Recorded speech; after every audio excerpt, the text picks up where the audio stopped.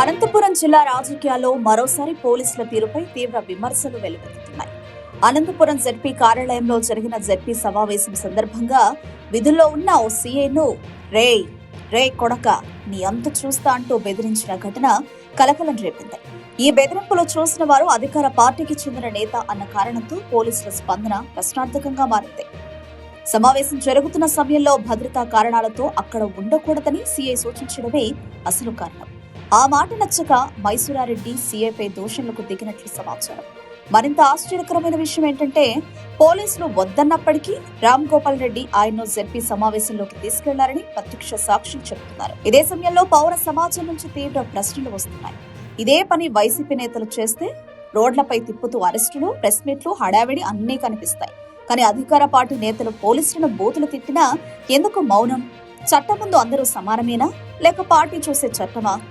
ఇది కేవలం ఒక ఘటన కాదు. తాడిపత్రిలో డీఎస్పీని పబ్లిక్ గా దూషించిన ఘటన ఇప్పటికీ ప్రజల జ్ఞాపకాల్లో తాజాగానే ఉంది. అప్పట్లో జేసీ ప్రభాకర్ రెడ్డి చేసిన దూషణలపై కూడా కఠిన చర్యలు కనిపించకపోవడం ఇదే తరహా విమర్శలకు దారితీస్తుంది. ప్రజాస్వామ్యంలో పోలీస్ వ్యవస్థ తటస్థంగా ఉండాల్సిన అవసరం ఎంతైనా ఉంది. కానీ ఇలాంటి ఘటనలు పోలీసులపై రాజకీయ ఒత్తిడి ఎంతగా ఉందో స్పష్టం చేస్తున్నాయి. విధుల్లో ఉన్న అధికారులను బెదిరించడం నేరం కాదా? అధికార పార్టీ నేతలైతే మినహాయింప అనే ప్రశ్నలు ఇప్పుడు సామాన్యుల నోట వినిపిస్తున్నాయి. చట్టం ఒకరి వైపు మాత్రమే కఠినంగా, మరొకరి వైపు మృదువుగా ఉంటే అది న్యాయం కాదు, అది భయం. పోలీసుల మౌనం కొనసాగితే ప్రజల విశ్వాసమే పెద్ద నష్టాన్ని చవిచూడాల్సి వస్తుంది. ఇప్పటికైనా ఉన్నతాధికారులు స్పందించి పార్టీ కాదు చట్టమే పెద్దదని నిరూపించాల్సిన అవసరం ఉంది.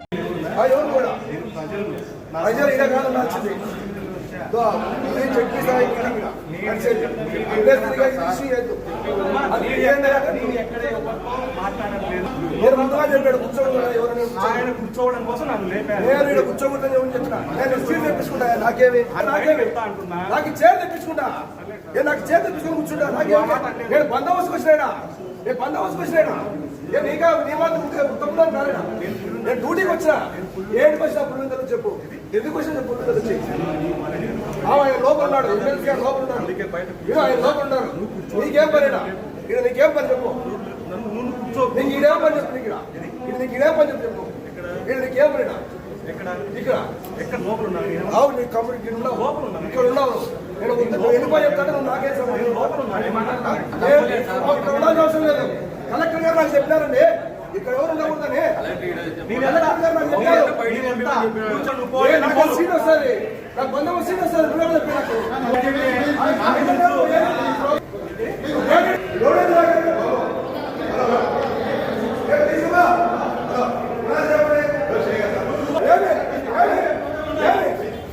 చెప్పి నన్ను నీ చైనండి